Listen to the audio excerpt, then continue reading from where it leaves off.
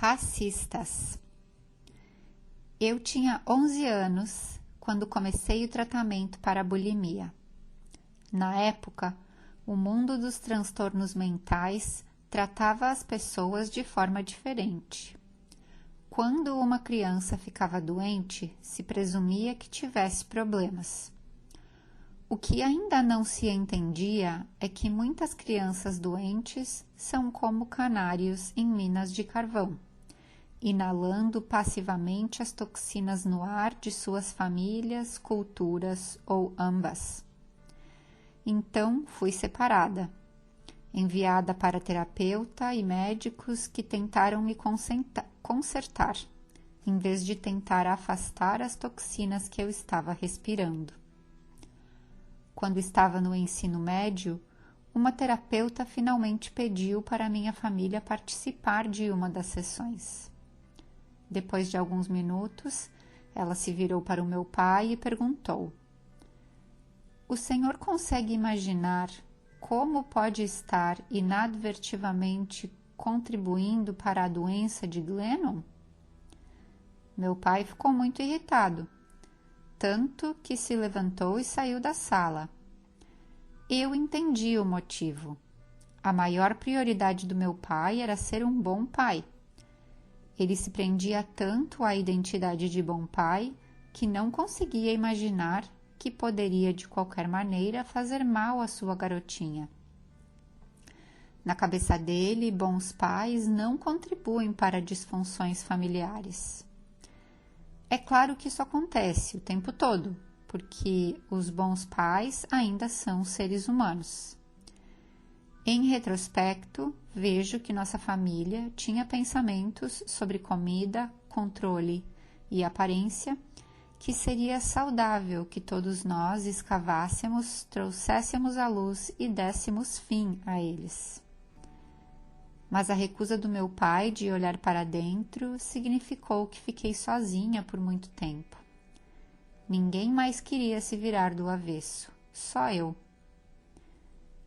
Décadas depois daquele dia, no consultório da terapeuta, Donald Trump foi eleito presidente.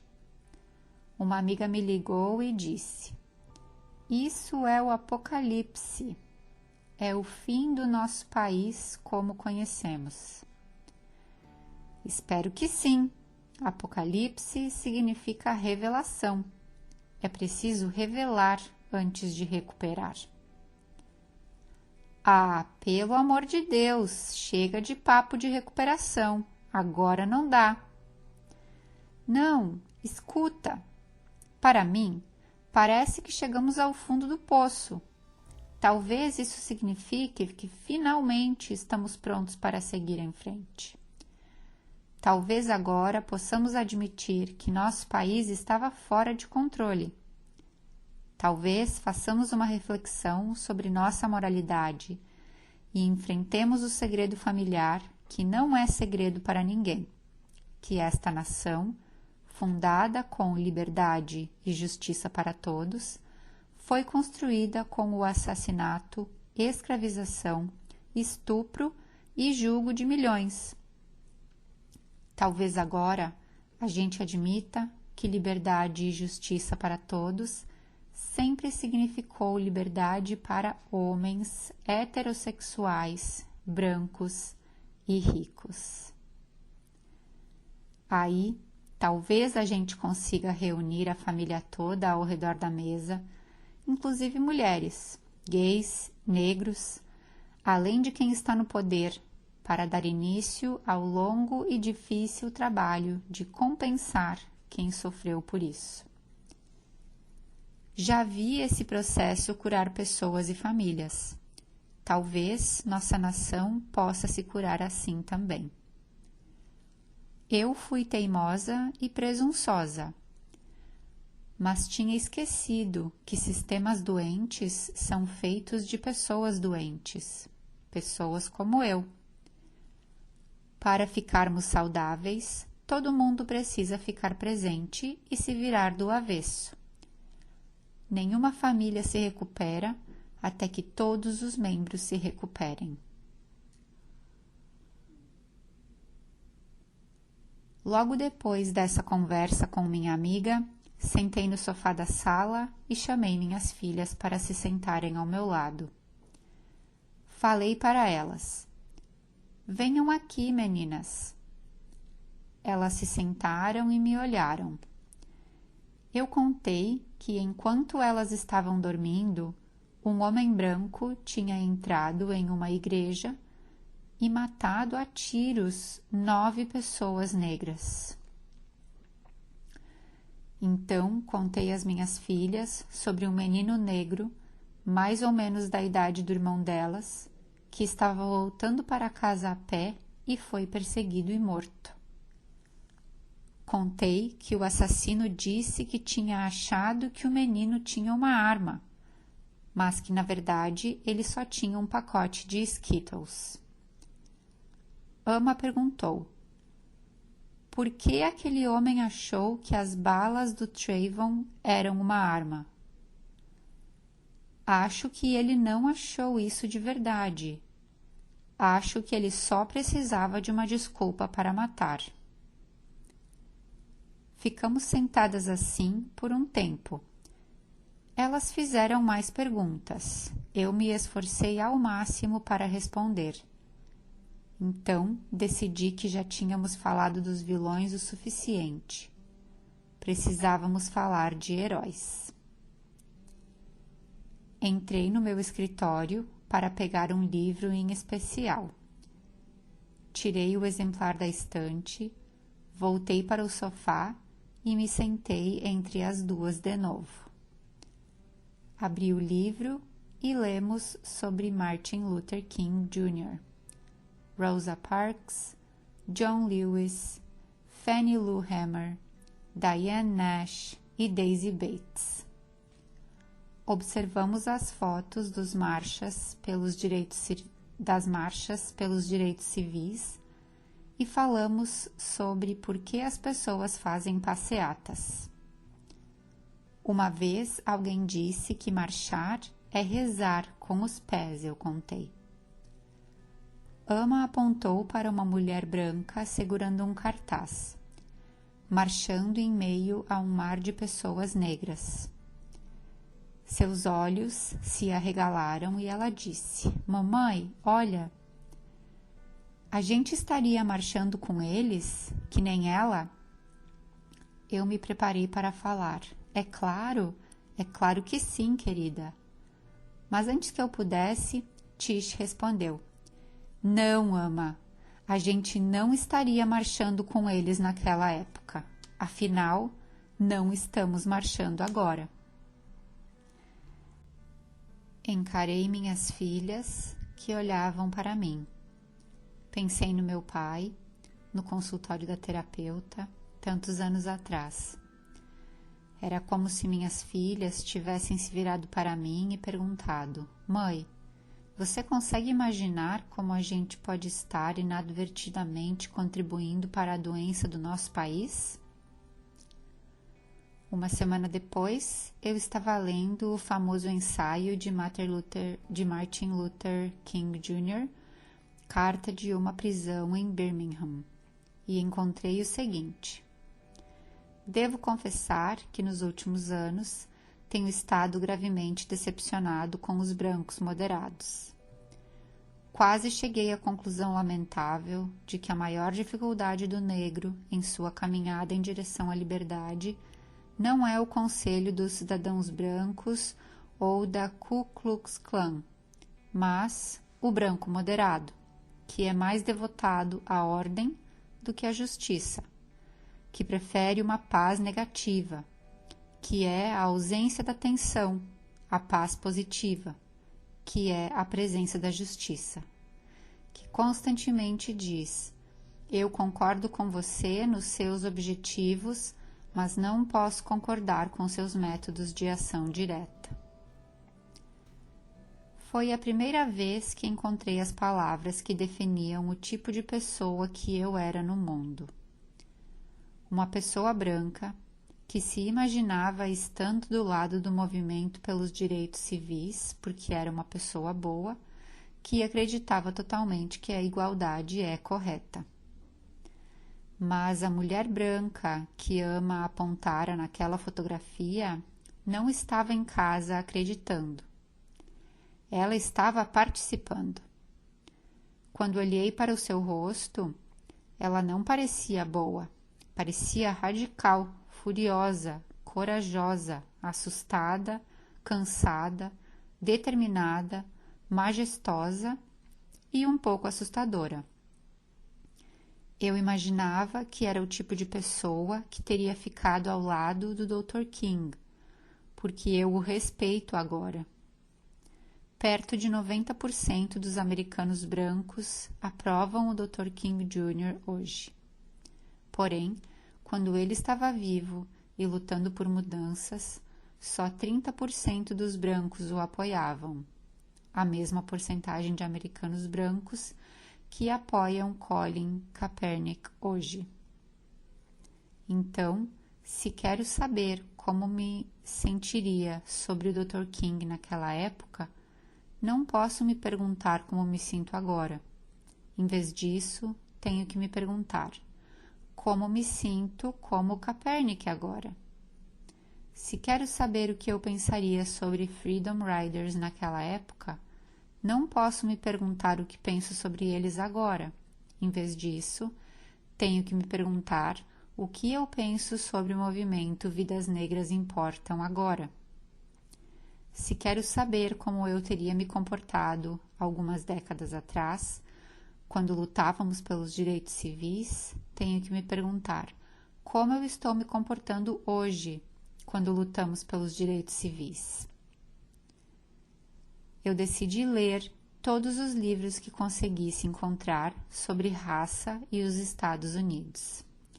Enchi as minhas timelines das mídias sociais com escritores e ativistas negros. Logo ficou muito claro como minhas mídias sociais moldavam minha visão de mundo. Com um feed cheio de vozes brancas, rostos parecidos com o meu e artigos que refletiam experiências como as minhas, era fácil de acreditar que, em geral, as coisas estavam bem. Quando me comprometi a começar o dia lendo as perspectivas de pessoas negras, percebi que tudo estava e sempre estivera longe de estar bem. Aprendi sobre brutalidade policial desenfreada, sobre o ciclo escola para prisão, sobre as condições subhumanas dos centros de detenção para imigrantes, sobre a destruição das áreas de reserva nativo-americanas. Comecei a expandir. Estava desaprendendo a versão embranquecida da história americana que fui doutrinada a acreditar. Estava descobrindo que eu não era quem imaginava ser. Estava descobrindo que meu país não era como eu fui ensinada a pensar que era. Essa experiência de aprendizado e desaprendizado me lembrou do processo de ficar sóbria. Quando comecei a realmente ouvir e pensar profundamente sobre as experiências das pessoas negras e outros grupos marginalizados do nosso país, a sensação era parecida com a que tive quando parei de beber. Cada vez mais desconfortável, conforme a verdade agitava meu entorpecimento confortável. Eu me senti envergonhada quando descobri todas as formas com que magoara outras pessoas com minha ignorância e silêncio. Eu me senti exausta porque havia muito mais a desaprender, muito mais a compensar e muito mais trabalho a fazer. Assim como nos meus primeiros dias sóbrias do álcool, eu estava acordando para a supremacia branca e me sentia trêmula, assustada e agitada, conforme renunciava aos poucos o privilégio de não saber. Foi uma transformação dolorosa. Com o tempo, chegou o momento de falar. Comecei a dividir com os outros as vozes que estava lendo e apontar o racismo no passado dos Estados Unidos, assim como o preconceito e a estratégia de divisão da presidência atual. Toda vez que eu fazia isso, as pessoas ficavam irritadas. Eu não me importava, porque parecia que eu estava irritando as pessoas certas. Muito tempo depois, fui chamada para participar de um grupo de ativistas liderado por mulheres negras. Uma das líderes deu a mim e a outra mulher branca o trabalho de planejar um seminário online para outras brancas, com a intenção de convidá-las a trabalhar contra a injustiça racial. Nossa missão tinha 2 objetivos: começar a educar outras mulheres brancas e pedir doações para fundos de fiança de ativistas negros na linha de frente todos os dias. Eu e a outra mulher branca aceitamos o trabalho. Enquanto fazíamos o planejamento ao telefone, decidimos que ela se concentraria na história de complacência das mulheres brancas, e eu me concentraria na minha experiência pessoal de perceber o meu lugar dentro da supremacia branca. Achei que se eu explicasse que a confusão, a vergonha e o medo dos primeiros dias da sobriedade racial eram partes previsíveis do processo de se tornar antirracista, elas estariam mais bem preparadas para permanecer na luta. Além disso, também estariam mais bem preparadas para confrontar seu racismo em particular, em vez de acreditar erroneamente que seus sentimentos devem ser compartilhados de forma pública. Isso parecia importante, porque líderes negras me diziam que a ignorância e o drama de mulheres brancas bem-intencionadas eram um grande empecilho à justiça. Eu sabia do que estavam falando. Já tinha visto acontecer muitas vezes. Se as mulheres brancas não aprendessem que nossas experiências no início da sobriedade racial são previsíveis, acabamos pensando que nossas reações são especiais.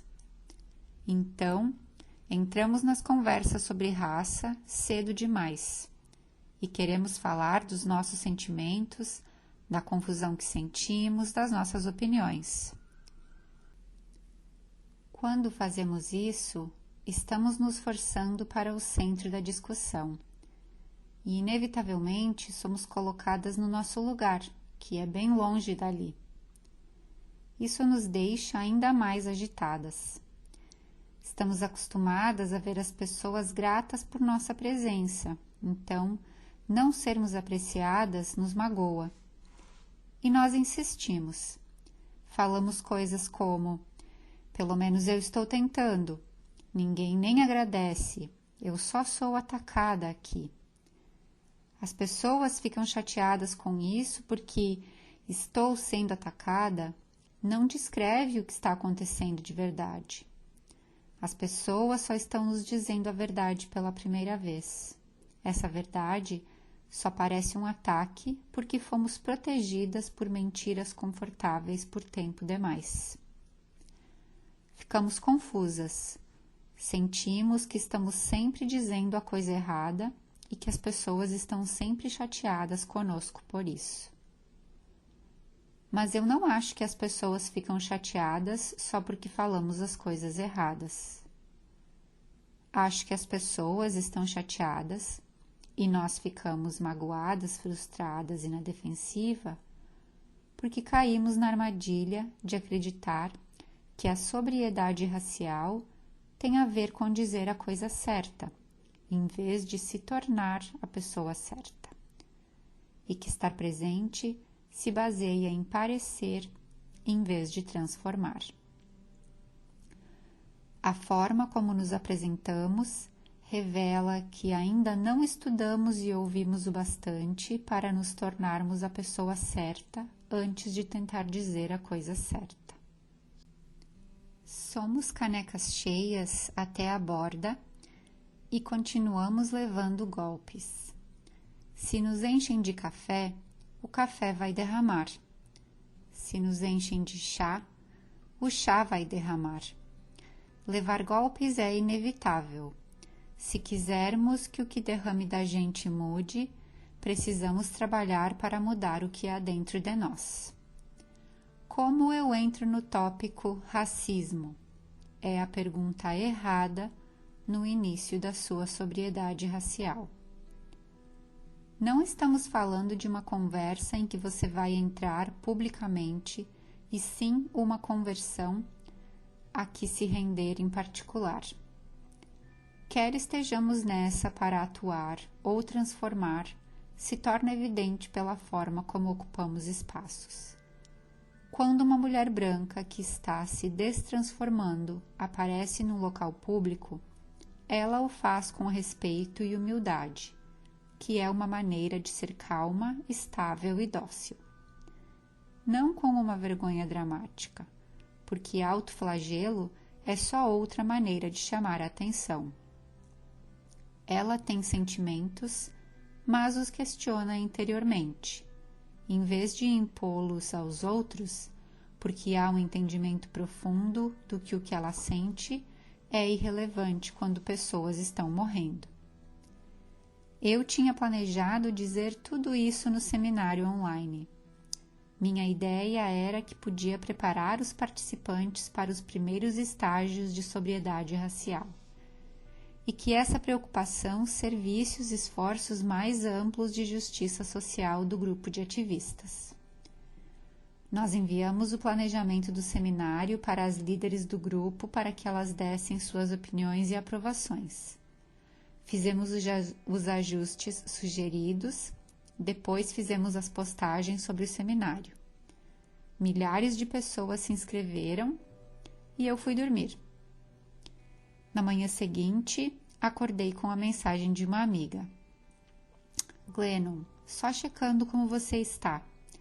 Estou vendo o que está acontecendo na internet. Me diga se você está bem. O meu coração pesou enquanto eu abria o Instagram. Havia centenas, milhares até, de comentários, muitos de pessoas me chamando de racista. O que eu não sabia naquela época é que existem várias escolas diferentes, contraditórias e igualmente válidas, de pensamento sobre como as mulheres brancas devem participar do movimento antirracista.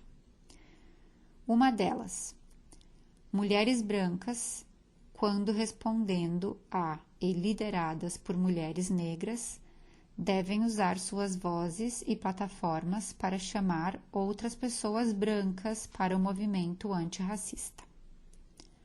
Outra visão, mulheres brancas só devem usar suas vozes para apontar pessoas negras que já estão fazendo esse trabalho. Quem concorda com essa última filosofia estava furioso comigo por conta do seminário online.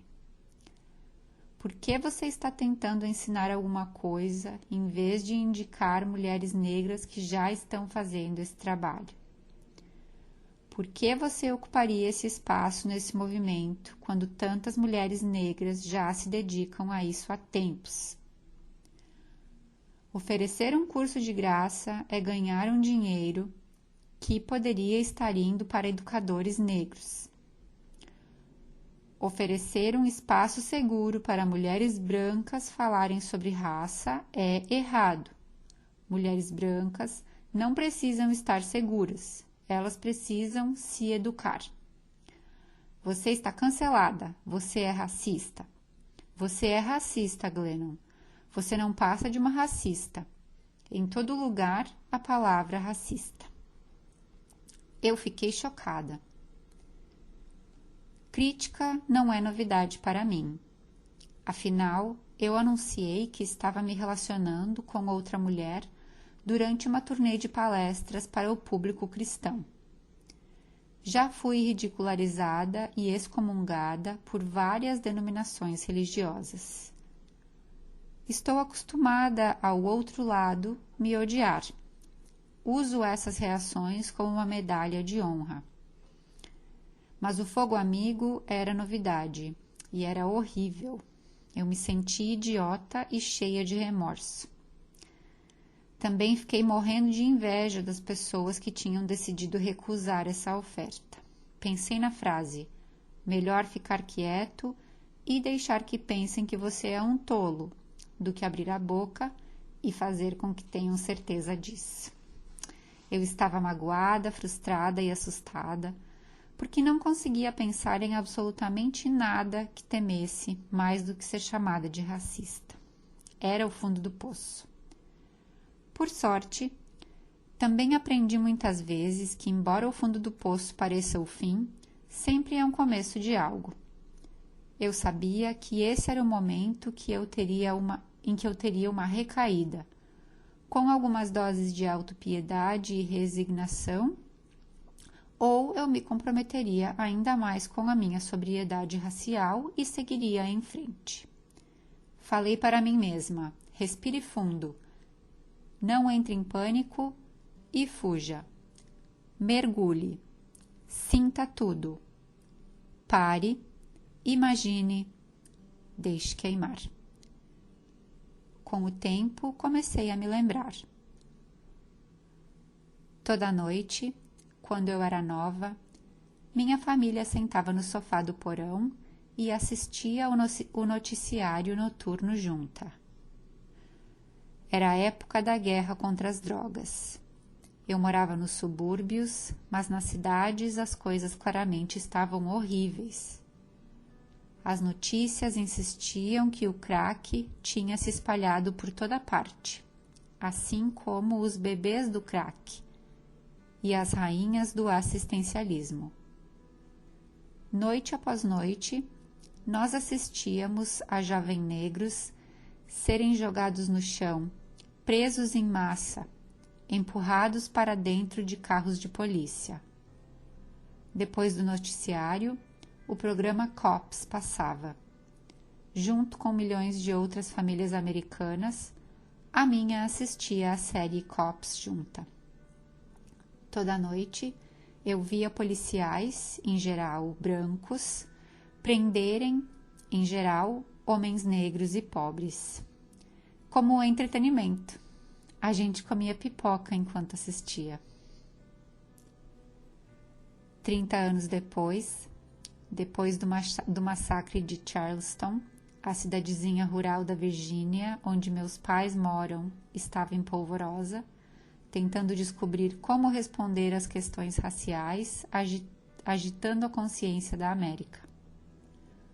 Uma igreja local convidou os moradores a se reunirem e conversarem sobre isso. Meus pais decidiram participar. Estavam em um salão com mais de uma centena de pessoas brancas. Uma mulher se levantou para começar a reunião. Ela anunciou que tinha decidido, junto com mais algumas amigas, responder à crise, mandando produtos e alimentos para a escola predominantemente negra do outro lado da cidade. Ela sugeriu que as pessoas se separassem em grupo e escolhessem que produtos iriam reunir.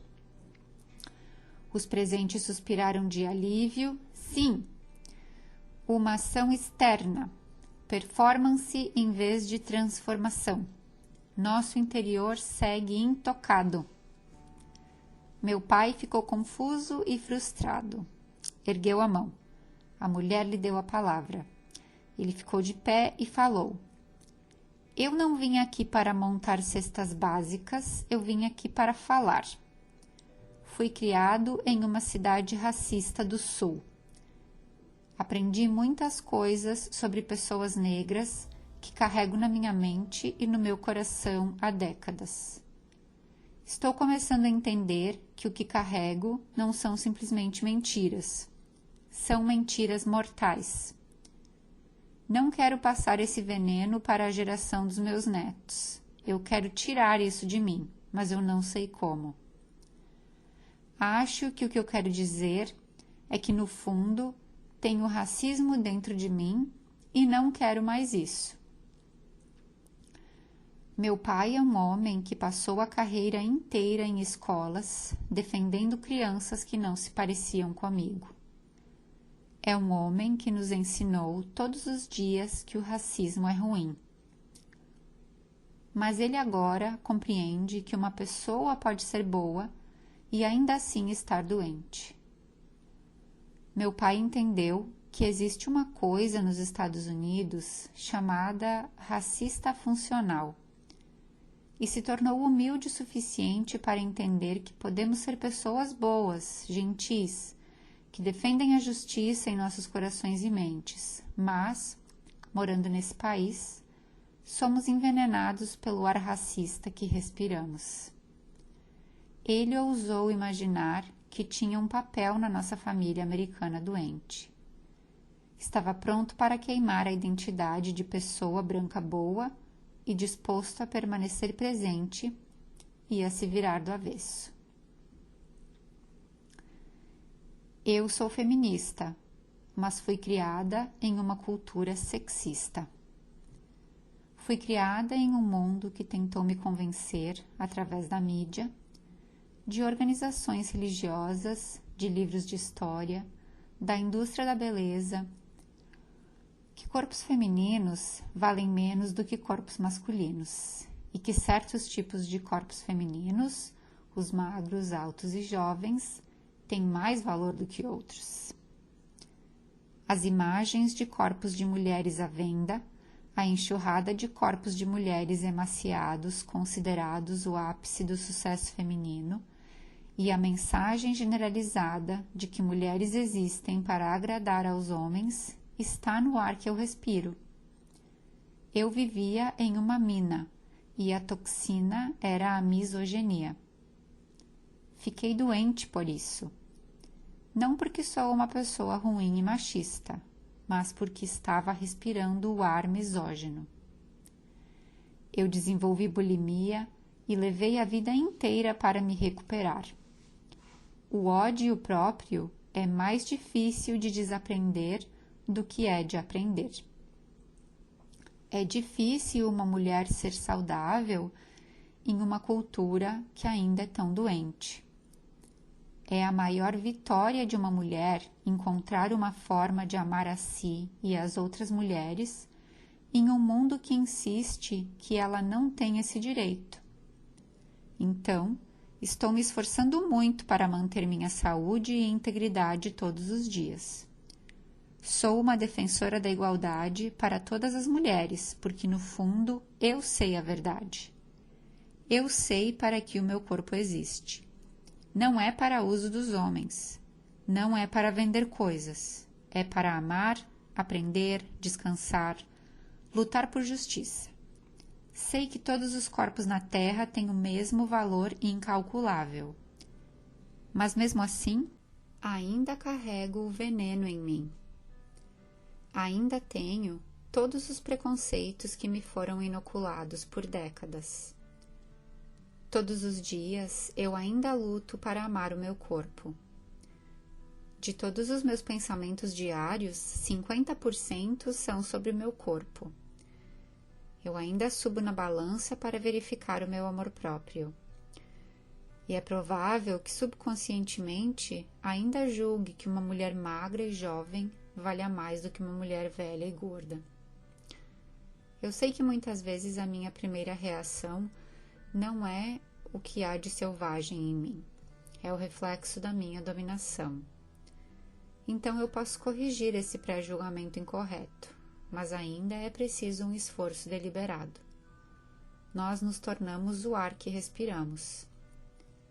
Quando eu tinha 35 anos, percebi que as rugas na minha testa estavam ficando mais fundas e me vi dirigindo até um consultório médico e pagando centenas de dólares para que injetassem um botox doloroso e venenoso na minha testa. Meu rosto deveria valer tanto quanto os rostos mais jovens e mais lisos na TV. Embora eu, literalmente, soubesse que era bobagem, meu subconsciente não. Meu subconsciente ainda não tinha alcançado minha mente e o meu coração, porque estava e ainda está envenenado. Foi necessária uma decisão consciente para que eu parasse de me envenenar. para que eu parasse de pagar para ter misoginia aplicada por baixo da minha pele. Sou uma feminista dedicada e apaixonada, mas ainda tenho machismo e misoginia correndo pelas veias. Você pode ser uma coisa e seu subconsciente ser outra. Eu converso o tempo todo com outras mulheres sobre como a misoginia que nossa cultura inocula no ar nos afeta profundamente. Como corrompe nossas ideias e nos coloca umas contra as outras. Como aquele veneno programado nos deixa doentes e nos torna más. Sobre o tamanho do esforço que precisamos fazer para nos desintoxicarmos, para que não continuemos ferindo a nós mesmas e outras pessoas. As mulheres choram, concordam e dizem: sim, sim, eu também. Eu também tenho misoginia dentro de mim e não quero mais isso. Ninguém tem medo de admitir que tem misoginia internalizada, porque não há moralidade ligada a essa confissão. Ninguém decide que ser afetada por misoginia a torna uma pessoa ruim. Quando uma mulher diz que quer se desintoxicar do machismo, ela não é rotulada como machista. Todo mundo sabe que existe uma diferença entre uma pessoa misógina e uma pessoa afetada pela misoginia, que está ativamente lutando para se desintoxicar. As duas pessoas carregam o machismo dentro de si, programado pelo sistema, mas a primeira está usando como uma ferramenta de poder para ferir os outros, e a segunda está se esforçando para se livrar desse poder de modo a poder parar de ferir os outros. Mas, quando eu falo de racismo, as mesmas mulheres dizem: mas eu não sou racista, não sou preconceituosa, não fui criada assim. Não vamos tirar o racismo de dentro de nós até começarmos a pensar nele como pensamos sobre o machismo.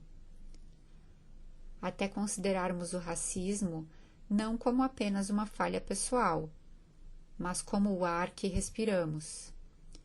Quantas imagens de corpos negros sendo jogados no chão eu já absorvi? Quantas fotografias de prisões cheias de pessoas negras eu já vi? Quantas piadas racistas eu já engoli? Nós somos soterrados por histórias e imagens feitas para nos convencer de que homens negros são perigosos, mulheres negras são dispensáveis, corpos negros valem menos que corpos brancos. Essas mensagens estão no ar e nós simplesmente as inspiramos. Temos que decidir que admitir nosso envenenamento pelo racismo não é uma falha moral, mas negar que temos esse veneno em nós certamente é. A revelação precisa vir antes da revolução. Ficar sóbrio de bebida, do patriarcado, da supremacia branca, é um pouco como engolir uma pílula azul e aos poucos observar a matrix invisível e meticulosamente construída em que nós vivemos se tornar visível. Para mim, o processo de desintoxicação da bebida incluiu perceber a matriz da cultura de consumo e a lavagem cerebral que ela fez em mim, para me fazer crer que minha dor poderia ser mitigada pelo dinheiro. Me desintoxicar do meu distúrbio alimentar significou ver a teia do patriarcado que me treinou e acreditar que eu não podia sentir fome ou ocupar espaço no mundo.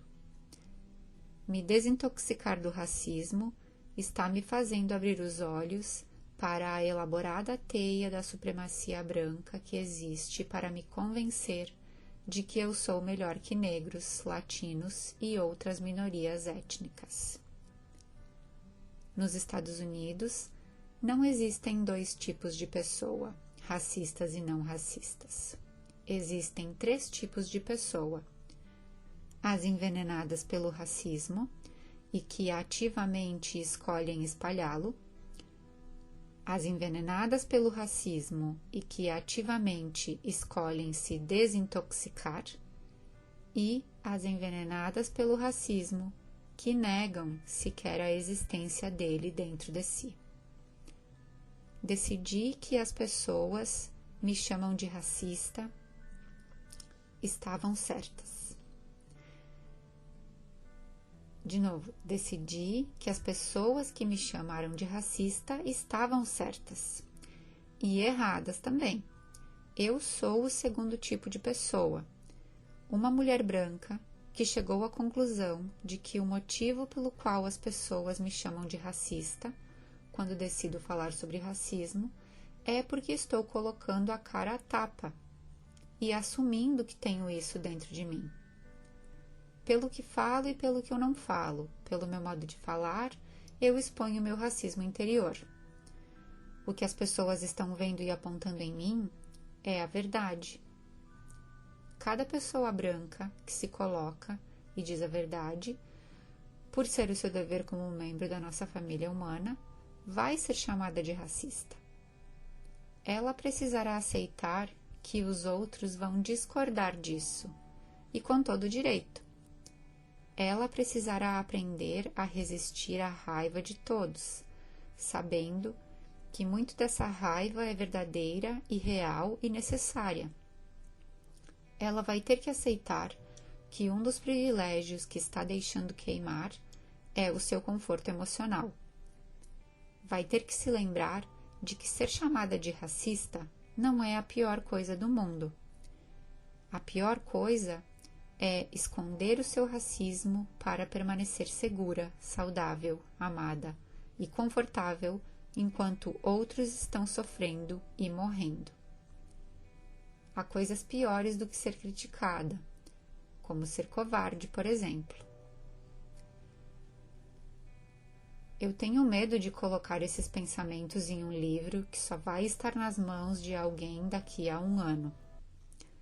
Sei que eu vou ler isso mais tarde e ver o racismo nas minhas palavras, que não consigo ver nesse momento. Mas então eu penso nas palavras da doutora Maya Angelou. Faça o melhor que puder até saber mais. Então, quando souber mais, faça melhor. Fazer o melhor que podemos agora é uma coisa ativa, assim como saber mais. Não aparecemos e então esperamos que magicamente saibamos mais. Aparecemos e então, quando somos corrigidos, continuamos trabalhando. Ouvimos com atenção para sabermos mais da próxima vez. Procuramos nossos professores para sabermos mais da próxima vez. Deixamos nossas ideias sobre como somos bons e temos boas intenções queimarem para podermos nos tornar melhores na próxima vez. Aprender a saber é mais um compromisso. Só vamos saber mais se continuarmos a desaprender. Então, me comprometo a participar com uma humildade profunda e fazendo o melhor que posso. Vou continuar errando, porque é o mais perto que consigo chegar de acertar. Quando me corrigirem, vou permanecer de cabeça aberta e aprendendo. Não porque quero ser a pessoa mais politicamente correta do planeta, mas porque as pessoas estão perdendo seus filhos para o racismo. E não existe criança que não seja responsabilidade de todos. O racismo oculto está destruindo e acabando com vidas.